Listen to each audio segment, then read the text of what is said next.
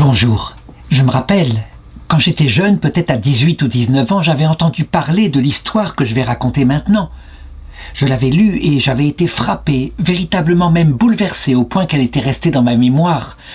À cause de la cruauté d'hommes, je ne pouvais pas m'imaginer qu'il puisse y avoir des chrétiens qui agissent ainsi contre d'autres chrétiens. Mais, comme l'avait dit Jésus en Jean chapitre 16 verset 2, « L'heure vient où quiconque vous tuera pensera rendre un culte à Dieu ». Au cours de mes études, je m'étais rendu compte, par exemple, que Voltaire, au XVIIIe siècle, qui était tout à fait ennemi de tout ce qui était dogmatique, il avait une détestation pour l'Église catholique particulièrement, mais aussi pour l'islam, mais aussi pour le calviniste.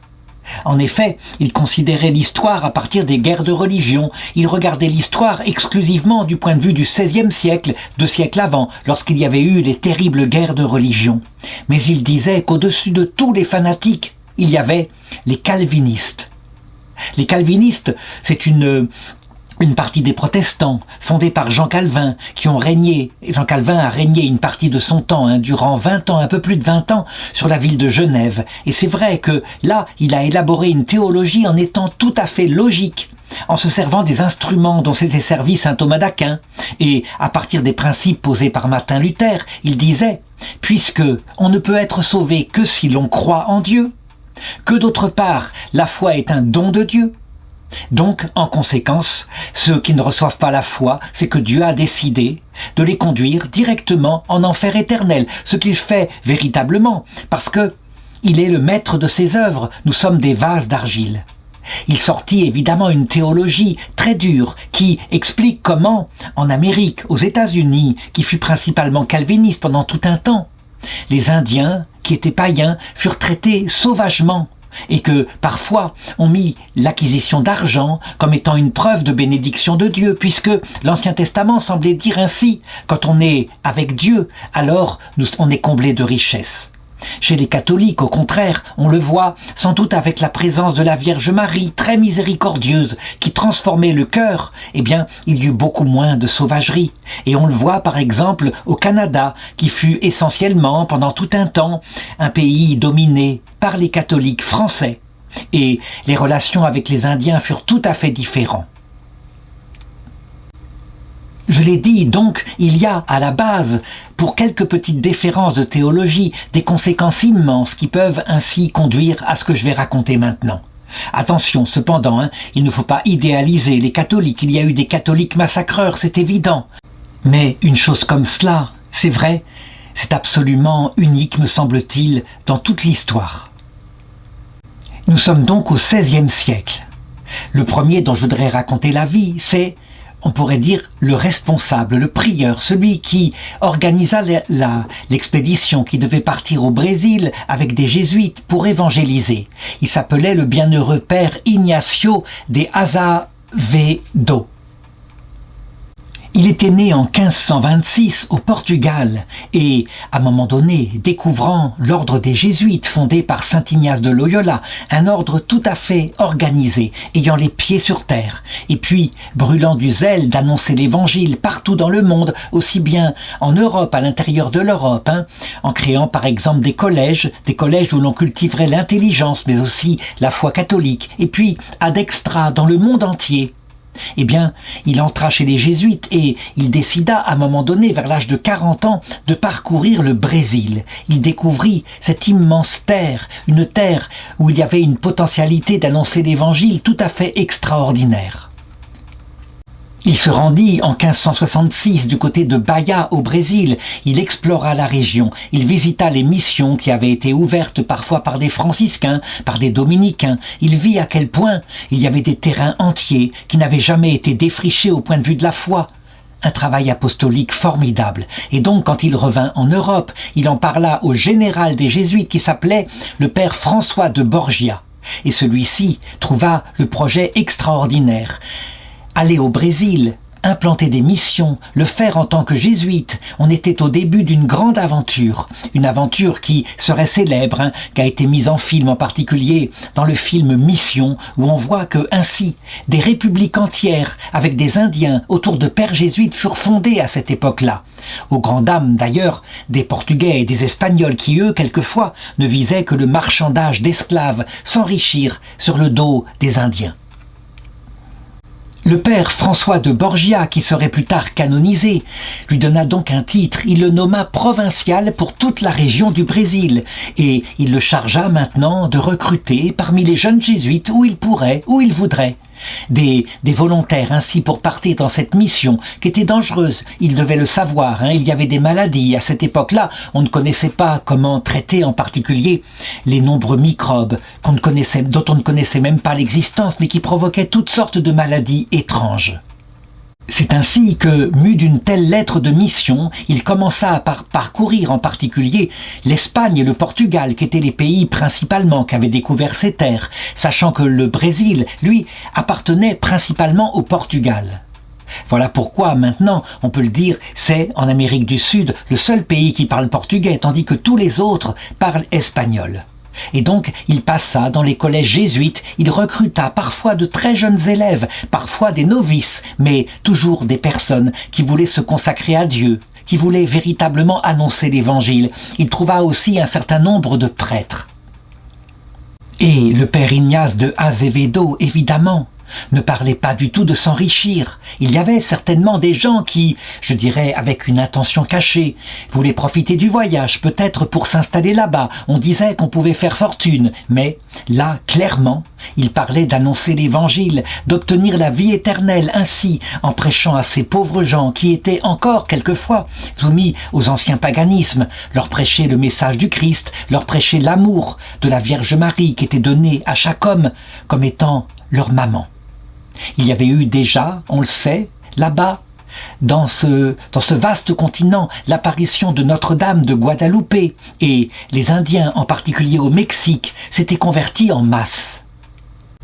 Ignace de Azevedo parla si bien, enthousiasma tellement les cœurs que, très vite, après à peine 2 ans en ayant parcouru ainsi les pays, il recruta environ 70 volontaires, dont certains n'étaient que des écoliers. Chacun était averti du danger, du risque qu'il y avait, c'était très fréquent, d'à peine n'étant arrivé là-bas, d'attraper une maladie, de mourir. Et puis, il y avait des pirates, de plus en plus nombreux, qui parcouraient les mers et qui voulaient piller, je dirais, l'immense richesse que maintenant l'Empire espagnol ou l'Empire portugais accumulait en possédant ces terres. Des pirates qui quelquefois étaient hollandais, quelquefois des calvinistes français, bref, toutes sortes de gens. Mais aucun ne renonça.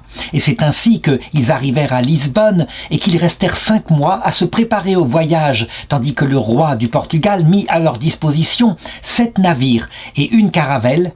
Et là, ils devraient se rendre, évidemment, non seulement en direction de Madère, mais faire diverses étapes, parce que les navires en question, pratiquaient aussi le commerce. Je dirais, on transportait des passagers, mais on transportait aussi des marchandises. Je ne peux pas faire la liste de tous ces jésuites, mais on l'a, je la montrerai tout à l'heure, sous forme de photographie, mais simplement parler de quelques-uns des destins qui étaient là, pour bien se rendre compte que, véritablement, ce sont des êtres humains qui se donnaient à Dieu. Il y avait, par exemple, le bienheureux Jean de Mayorga.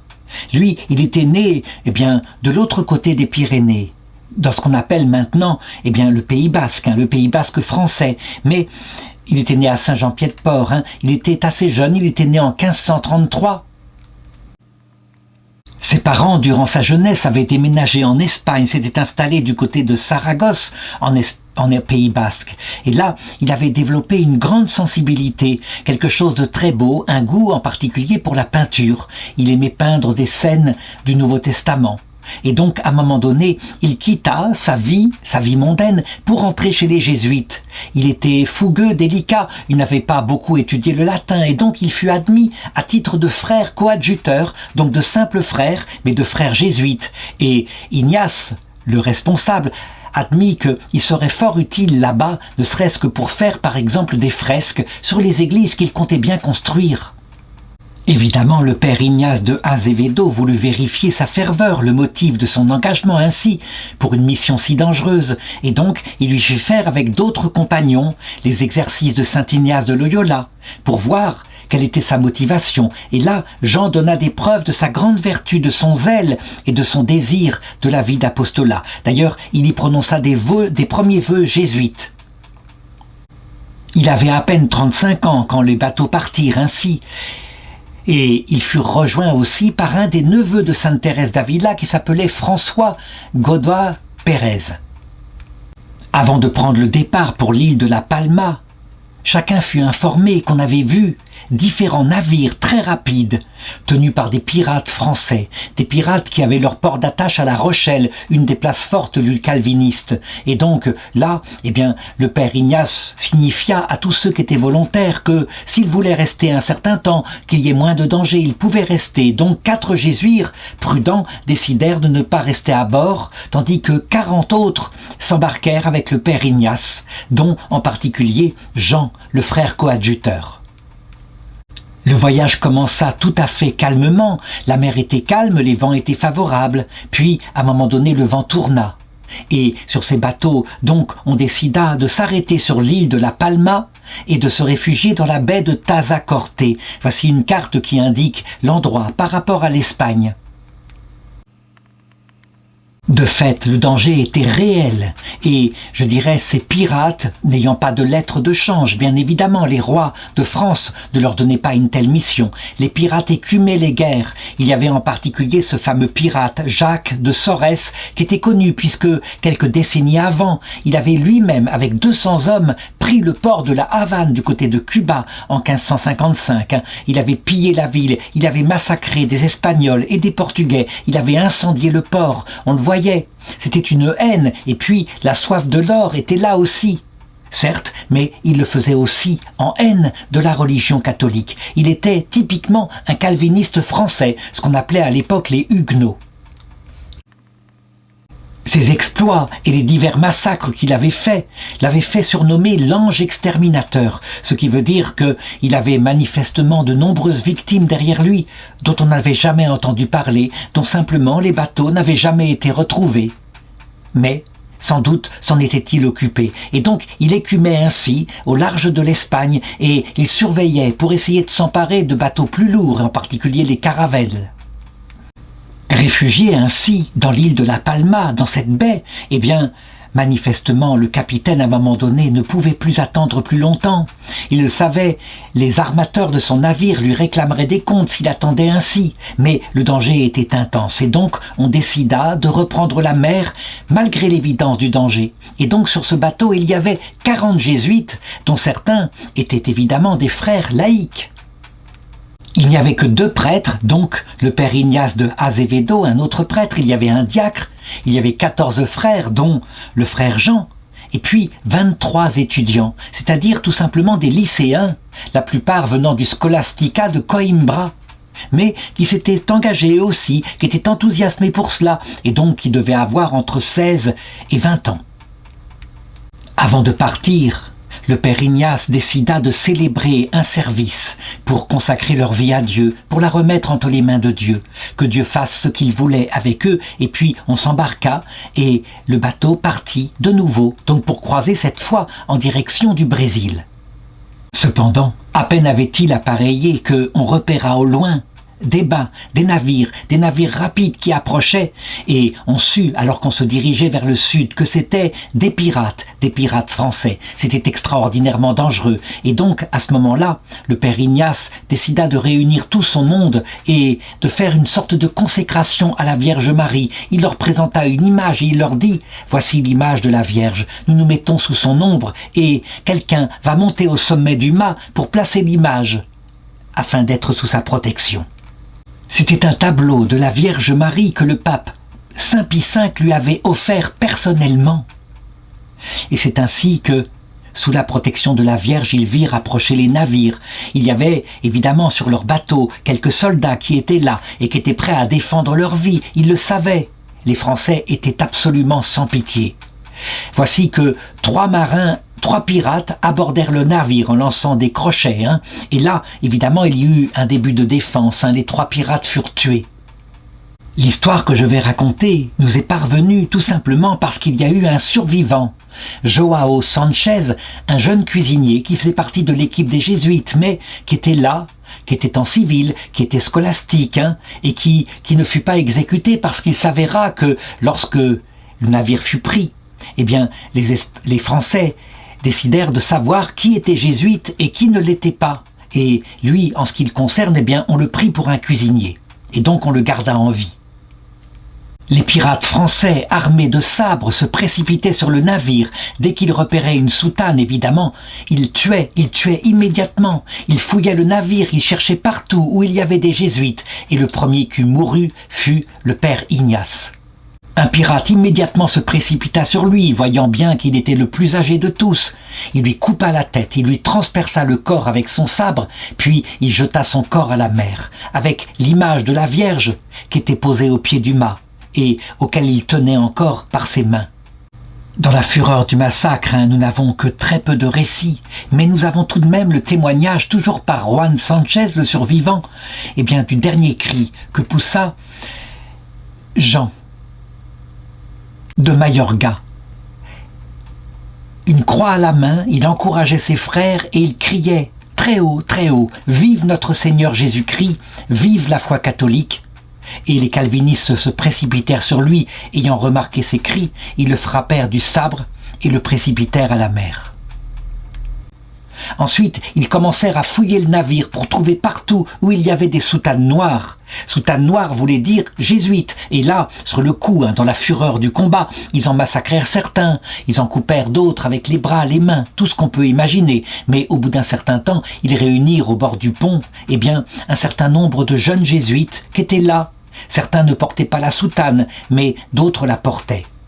Et donc, à ce moment-là, je dirais, le combat étant terminé, n'ayant plus que des victimes qui étaient là, simplement silencieuses, sur ordre du capitaine des pirates, Jacques de Sorès, il fut décidé de ne faire aucun survivant. Mais les jésuites leur furent livrés au sadisme des soldats. Ça veut dire qu'ils ne furent pas simplement tués comme cela, mais on décida de s'amuser. Une grande partie fut jetée à la mer simplement, et on leur indiqua, avec un grand rire sadique, la direction où ils devaient nager, que certainement la Vierge Marie, qu'ils adoraient, leur rendrait ce service. Mais d'autres furent traités peut-être un peu mieux, on leur coupa les mains, on les jeta à la mer en leur ordonnant de nager de cette façon-là. C'est ainsi qu'ils périrent tous, bien évidemment. Ceux qui avaient les mains coupées, évidemment, périrent beaucoup plus rapidement, se vidant de leur sang, tandis que les autres, survécurent probablement, peut-être un jour ou deux, dans ces eaux qui étaient relativement chaudes. Il n'y eut pas d'autres survivants, si ce n'est un jésuite qui fut gardé en vie parce qu'il ne portait pas la soutane. Mais le lendemain, alors qu'on procédait aux interrogatoires, lui, qui était bouleversé, reconnut qu'il était jésuite. Et donc aussitôt, sur ordre de Jacques de Sorès, il fut décapité et jeté à l'eau. Il s'appelait Simon d'Acosta. Il est lui aussi béatifié. Il était un simple frère coadjuteur. Il n'était pas destiné à devenir prêtre. Il était né à Oporto, au Portugal. Le seul jésuite qui survécut fut donc Juan Sanchez, parce qu'il cacha sa qualité de jésuite, et puis il était très jeune. Et puis, comme on apprit qu'il savait cuisiner, il fut ainsi embauché. Il poursuivit donc avec les navires pirates, et lorsque les navires s'arrêtèrent à La Rochelle, en France, alors là, au bout d'un certain temps, déjouant la surveillance de ses gardiens, il réussit à s'enfuir, il retourna au Portugal, et là, c'est là qu'il fit son récit de la mort tragique des missionnaires jésuites, dont on n'avait effectivement plus de nouvelles. Voici la liste terrible des 40 morts, oui, 40 morts ainsi, massacrés à cause de leur foi.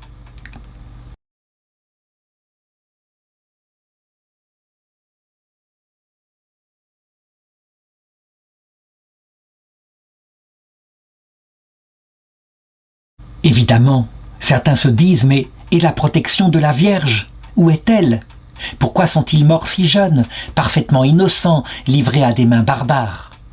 Eh bien, je répondrais qu'il faut savoir absolument que si la Vierge Marie avait voulu la victoire ici-bas de l'évangélisation, elle serait apparue simplement comme elle l'aurait fait, elle serait apparue à chaque individu individuellement, parce que elle obtient tout du cœur de Dieu. Mais elle le sait bien. Elle le sait, le but de l'évangélisation, c'est la vie éternelle, et donc le Seigneur est le maître de son Église. C'est lui qui lui donne la croissance, c'est lui aussi qui peut la diminuer. Et le Seigneur connaît le risque qu'il y a, même dans la Sainte Église, à cause de l'orgueil qui peut dominer notre cœur. Eh bien, le risque de développer une Église trop puissante, une Église trop dure, une Église éventuellement idéologique.